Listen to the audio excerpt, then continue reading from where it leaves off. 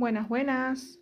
En este video vamos a comenzar con la resolución de los ejercicios, en este caso de introducción al metabolismo de biología. Seguimos en la unidad 2. Así que como venimos haciendo, vamos a leer un poquito la parte teórica, la parte introductoria y después comenzamos con la resolución de las actividades. Bueno, introducción al metabolismo. Nos dice: el conjunto de reacciones químicas que tienen lugar en el seno de los tejidos constituye el llamado metabolismo, o más precisamente metabolismo intermedio. Antes de seguir, repasemos el concepto de reacciones químicas. Las reacciones químicas son esencialmente transformaciones de materia y energía, a través de las cuales la energía almacenada en los enlaces químicos se transfiere a otros enlaces químicos recién formados. En esas transferencias los electrones se desplazan de un nivel de energía a otro. En muchas reacciones los electrones pasan de un átomo o una molécula a otro. Estas reacciones se conocen como de oxidación, reducción o también llamadas redox. La pérdida de un electrón se denomina oxidación y el átomo o la molécula que pierde el electrón se dice que se ha oxidado. La pérdida de electrones se denomina de esa forma porque el oxígeno que los atrae fuertemente generalmente actúa como aceptor de electrones. La reducción, en cambio, es la ganancia de un electrón. La oxidación y la reducción siempre ocurren simultáneamente. Cuando los electrones pasan de un nivel de energía alto a uno más bajo, se libera energía. En este caso, la reacción se denomina exergónica. En cambio, para pasar a un nivel de energía más alto, el electrón requiere un ingreso de energía y la reacción se denomina entonces endergónica. Continuamos con metabolismo. Los objetivos del metabolismo son: 1. Obtener energía química de moléculas combustibles o de la luz solar, absorbida este último en organismos fotosintéticos. 2. Convertir principios nutritivos exógenos en precursores de los componentes macromoleculares. 3. Ensamblar estos materiales para formar proteínas, ácidos nucleicos y otros componentes celulares. 4. Sintetizar y degradar las biomoléculas necesarias para las funciones especializadas de la célula. Después sigue el apartado de catabolismo y anabolismo. El metabolismo se divide en dos categorías principales.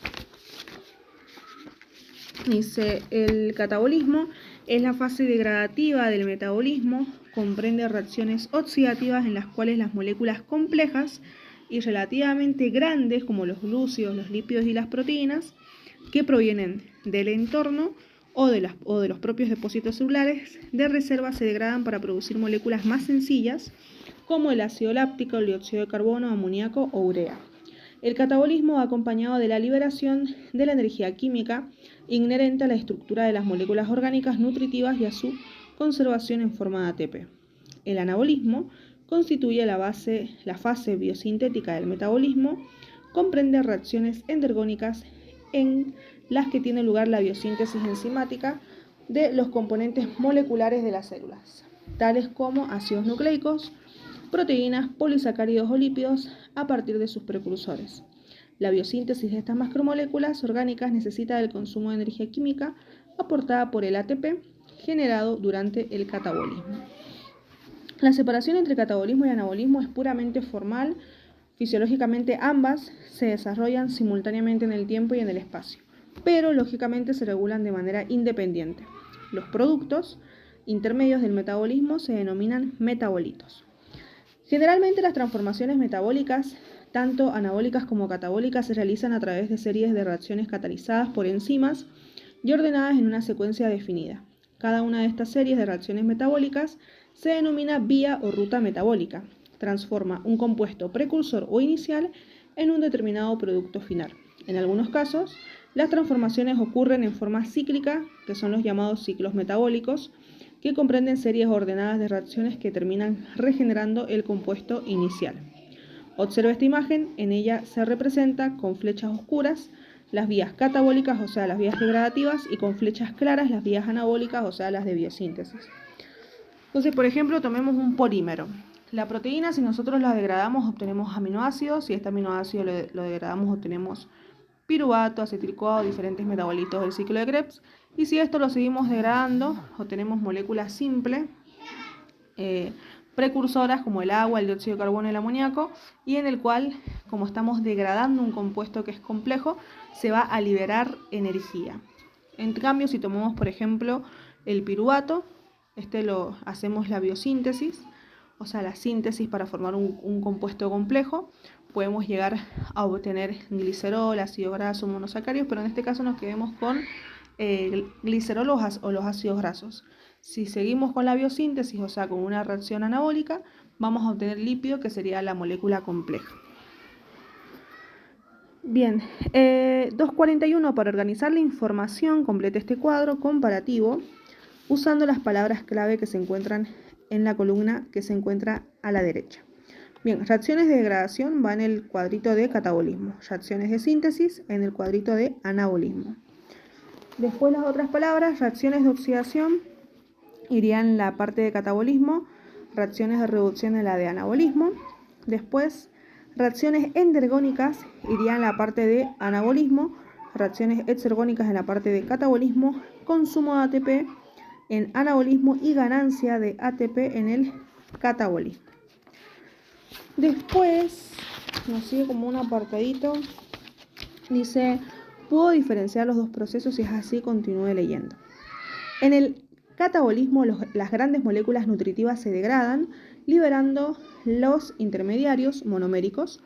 Así, los polisacáridos se degradan en hexosas o pentosas, los lípidos producen ácidos grasos, glicerol y otros componentes, y las proteínas se desintegran en sus componentes, los aminoácidos. Posteriormente, todos los productos anteriores se convierten en intermediarios más sencillos. Así, muchos monosacáridos y el glicerol se degradan pasando por el piruvato, intermediario de 3 carbonos, obteniéndose una especie más sencilla de 2 carbonos, el grupo acetilo del acetil-CoA.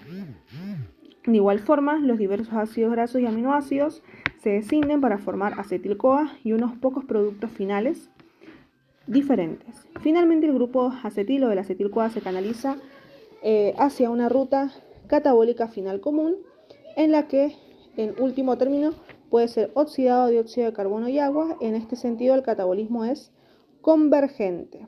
En el anabolismo, primero se generan moléculas precursoras que luego se convierten en moléculas monoméricas. Estas, a su vez, se ensamblan para constituir para constituir macromoléculas. Por ejemplo, la biosíntesis de proteínas comienza con la formación de ciertas moléculas llamadas oxoácidos, que son los precursores de los aminoácidos, que finalmente se ensamblan para constituir las cadenas polipeptídicas. Las rutas biosintéticas o anabólicas son, por lo tanto, divergentes. Después tenemos ya una actividad. Dice 2.42, complete el cuadro comparativo respecto de estos procesos usando la palabra clave que se encuentra en la columna de la derecha. Bien, el 1 dice las grandes moléculas se degradan en monómeros intermedios, va en catabolismo. Después el otro 1 dice se ensamblan los monómeros para formar moléculas grandes en anabolismo. Después que nos dice se generan monómeros, va en anabolismo. Después los monómeros se convierten en intermediarios más sencillos en catabolismo. Bueno, y después el 3 que dice las moléculas sencillas oxidan a dióxido de carbono, agua y otros compuestos muy simples, eso va en catabolismo. Y el de se generan las moléculas precursoras iría en anabolismo. Bien, después acá nos aparece la compartimentalización de las rutas metabólicas, y con este cuadrito podrían hacer el 2.43. Nos dice, observe detenidamente la imagen que se presenta a continuación y complete con la vía metabólica que corresponda. Bueno, por ejemplo, acá nos pide las vías metabólicas del núcleo. Tienen que saber qué es la concentración del material genético, replicación del ADN o como la síntesis del ARN. Después, en el retículo endoplasmático rugoso tenemos la síntesis de proteína, retículo endoplasmático liso, la síntesis de lípidos, los ribosomas, síntesis de proteínas, el cloroplasto, la fotosíntesis. Después el peroxisoma, tendríamos la degradación de ciertos ácidos grasos, y el complejo de Golgi, maduración de glucoproteínas. Después en la mitocondria tendríamos la oxidación del piruvato, el ciclo de Krebs, fosforilación oxidativa, y por último En el citosol tendríamos la glucólisis y muchas reacciones de glucoproteínas. Vamos a ver al ejercicio. Acá les aparecen después todas las vías, rutas centrales del metabolismo. Y nos dice en el 2.44, la glucólisis corresponde a una vía anabólica o una vía catabólica, se produce en presencia o en ausencia de oxígeno. Bien, la glucólisis tienen que saber que corresponde a una vía catabólica, porque lisis significa destrucción, entonces estamos degradando a la glucosa para al final obtener 2 moléculas de piruvato, cada uno de 3 carbonos. Y esto donde nos dice se produce en presencia o en ausencia de oxígeno es indistinto. Una vez que ya tenemos al piruvato, es ahí donde se elige, es donde el piruvato elige si sigue la vía con oxígeno, que es donde ocurre el ciclo de Krebs, o la de ausencia de oxígeno, donde seguramente está la fermentación. En el 2.45 dice, complete las siguientes frases. La oxidación de la glucosa se produce en 2 etapas principales, una de ellas es la glucólisis y la otra es la respiración, la que a su vez comprende diferentes procesos como la oxidación del piruvato, el ciclo de Krebs y la fosforilación oxidativa. B. La glucólisis se produce en el citosol de la célula y la respiración de las células eucariotas se lleva a cabo en la mitocondria. C. Durante la glucólisis, cada molécula de glucosa da como producto final 2 moléculas de un compuesto de 3 carbonos llamado piruvato. En el punto 46 nos preguntan qué es la fermentación. Tienen que saber que la fermentación puede ser de tipo láctica o puede ser de tipo alcohólica. Cuando por lo general es una fermentación láctica se obtiene como producto final el ácido láctico y cuando es una fermentación alcohólica se obtiene el alcohol etílico o etanol. Y es un proceso en el cual se produce en ausencia de oxígeno y a partir del cual del compuesto, digamos, del ácido pirúvico piruvato, que es de 3 carbonos, este se transforma en alcohol etílico o etanol, o si es una fermentación láctica, en ácido láctico. Después dice en el 2.47, ¿cuáles son las vías catabólicas que se desarrollan en la mitocondria? Son exclusivas del catabolismo de los hidratos de carbono, justifique su respuesta. Bien, en la mitocondria habíamos nombrado recién que se produce la oxidación del piruvato, el ciclo de Krebs y la fosforilación oxidativa. En sí no van a ser exclusivas del catabolismo de los hidratos de carbono, porque como vimos también pueden partir a partir de las proteínas como de los lípidos, ya que por lo general siempre a partir de estas 3 obtenemos los productos finales, que serían el agua y el dióxido de carbono, y a partir de ellos también podemos obtener, o sea, haciendo obviamente la biosíntesis, hidratos de carbono, proteínas como los lípidos. 2.48, ¿es posible que una vía pueda utilizarse catabólicamente para producir la degradación de moléculas o anabólicamente para suministrar moléculas pequeñas a las reacciones biosintéticas? ¿Cómo se denominan estas vías? Nombre una de ellas. Bien, estas vías, si no me equivoco, se llaman, donde ocurren tanto reacciones catabólicas como anabólicas, es anfibólicas, pero ya les confirmo. Confirmo, son rutas anfibólicas en las cuales se producen, o sea, tienen doble función, que sería la catabólica como la anabólica. Después nos dice 2.49, realiza un dibujo de una mitocondria y marque cada una de sus partes e indique en dónde se encuentran las enzimas que se utilizan durante la respiración. Bien, ahora les voy a buscar una imagen para que más o menos tengan de referencia qué es lo que tendrían que dibujar. Bien, esa sería una imagen que tendrían que tomar como referencia para completar el punto que les acabo de leer, que era el punto 2.49. Así que podrían dibujar esa mitocondria. Bueno, después nos dice en el 2.50, ¿en qué lugar físico ocurre la conversión del ácido pirúvico a acetil-CoA? Y en este caso tienen que saber que ocurre en el citosol. En el citosol ocurre la glucólisis, ocurriría en la mitocondria. Después que obviamente este proceso de ácido pirúvico a acetil-CoA se llama la oxidación del ácido pirúvico, porque sí o sí la acetil-CoA va a ser el compuesto que va a poder iniciar el ciclo de Krebs o el ciclo del ácido cítrico. En el ejercicio 2.51 nos pregunta qué es la fosforilación oxidativa o también se puede llamar como quimiosmótica. Bueno, la palabra quimiosmótica por lo general refleja el hecho de que la producción de ATP en la fosforilación oxidativa va a incluir procesos químicos como procesos de transporte a través de una membrana, obviamente selectivamente permeable. En este proceso tienen que saber que tienen lugar dos acontecimientos diferentes. Primero, se establece un gradiente de protones a través de la membrana mitocondrial interna y el otro es la energía potencial almacenada en el gradiente se libera y es capturada en la formación de ATP a partir del ADP y el grupo fosfato. 2.52 nos dice cuál es el rendimiento energético máximo obtenido por la oxidación completa de una molécula de glucosa. Complete el cuadro al respecto. Bien, acá tendrían que colocar en este cuadrito, o sea, abajo del 2, un 6 ATP, porque 2 NAT, tienen que saber que un NAT un NAT reducido equivale a 3 ATP. En este caso, como tenemos 2 por 3, tendríamos acá 6 moléculas de ATP. En este cuadrito que está acá tendrían que estar la palabra del ciclo de Krebs. Y en este cuadro, porque obviamente el ácido pirúvico acetil-CoA ocurre en la matriz mitocondrial, tenemos 2 NAT acá. Entonces por eso es que tenemos 6 ATP como producto. Y acá en la matriz mitocondrial del ciclo de Krebs, que acá recuerden que tienen que poner el ciclo de Krebs, se producen 2 ATP, 6 NAT reducido, 2 FAT. Y entonces si acá ponen 2 ATP, acá en la parte final tienen que poner un 2. Si ponen 6 NAT reducidos son 18 ATP y 2 FAT reducidos serían 4 ATP. En total, si hacen la sumatoria de todas estas, nos darían en total 38 ATP. Quiere decir que una molécula de glucosa nos da un rendimiento de 38 ATP. Después en el 2.53 nos dice qué es la ATP sintetasa y cómo está constituida.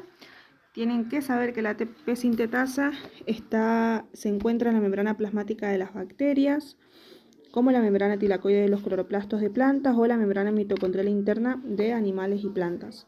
Por lo general está formada por dos porciones, se encuentra embutida en la membrana y tiene subunidades A, B y C y forma el canal de los protones. En solución, la ATPasa significa hidrolizar el ATP y la ATP sintetasa que quiere decir que sintetiza ATP. Con esta parte terminamos todo lo que es el metabolismo, o sea, de la glucosa, glucólisis, oxidación del ácido pirúvico, ciclo de Krebs, fosforilación oxidativa, y después viene la parte de fotosíntesis, que tienen ahí como un apartado. Bien, acá nos dice qué diferencias estructurales presenta una mitocondria y un cloroplasto y qué semejanzas. Coloque el nombre de cada una de las partes de este cloroplasto. Bien. Esta parte que tenemos acá, o sea, en esta flechita tendrían que colocar tilacoide. Acá tendrían que colocar ADN. En la primera flechita, o sea, en la superior, membrana externa y en la inferior, membrana interna.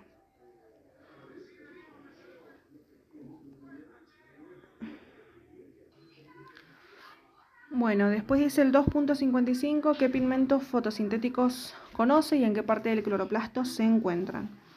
Bien, los pigmentos tienen que saber que es cualquier sustancia que va a absorber luz. Y dentro de los tipos de pigmentos tenemos la clorofila A, que se encuentra en plantas, algas verdes, algas pardas, algas rojas, cianobacterias. En la clorofila B se encuentra en plantas y algas verdes. La clorofila C en algas pardas. Los carotenoides se encuentran en todos los fotosintéticos. Las ficobilinas se encuentran en las algas rojas y las cianobacterias. Y estos pigmentos por lo general se encuentran en la membrana del tilacoide. Después nos dice cuáles son las dos etapas de la fotosíntesis y explique brevemente qué ocurre en cada una de ellas. Primero, tenemos dos etapas. La primera etapa que se llama la etapa lumínica y la segunda etapa que es la etapa enzimática o mal llamada etapa oscura. Por lo general en la etapa lumínica se encarga de capturar la energía y esta energía de almacenarla o transformarla a partir de reacciones químicas en ATP. Y NAP, que en este caso sería el NAP reducido fosfato.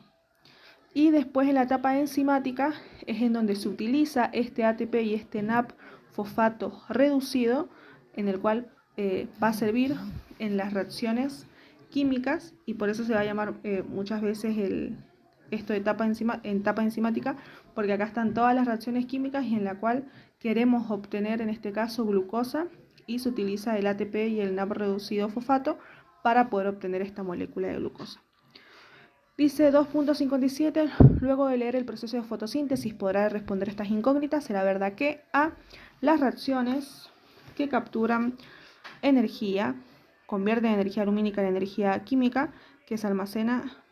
las reacciones que capturan energía, convierten energía lumínica en energía química, que se almacena en las moléculas de glucosa. No, recién yo les dije que se almacena en ATP y en NAP fosfato reducido. La energía química del ATP y del NAP fosfato reducido se usan para incorporar carbono a moléculas orgánicas, eso es verdadero. C, las reacciones que fijan carbono se desarrollan en el ciclo de Krebs, no, este se llama ahora ciclo de Calvin. D, las reacciones que transforman energía lumínica en energía química se desarrollan en el estroma del cloroplasto, y no, estas se desarrollan en el tilacoide. Bien, acá después dice en el 2.58 qué es la fotofosforilación y en qué etapa de la fotosíntesis ocurre. Y en la fotofosforilación o la fosforilación fotosintética prácticamente es la síntesis de ATP a partir de energía lumínica. Es muy parecido a lo que ocurre en la fosforilación oxidativa. En este caso la ATP sintetasa, que se encarga de la síntesis del ATP, tiene otras porciones. Por ejemplo, esta tiene la CF0 y la CF1. O sea, tiene la CF0, que es el poro protónico, compuesta por varias proteínas transmembranas, y la CF1, que es un complejo proteico extramembrana.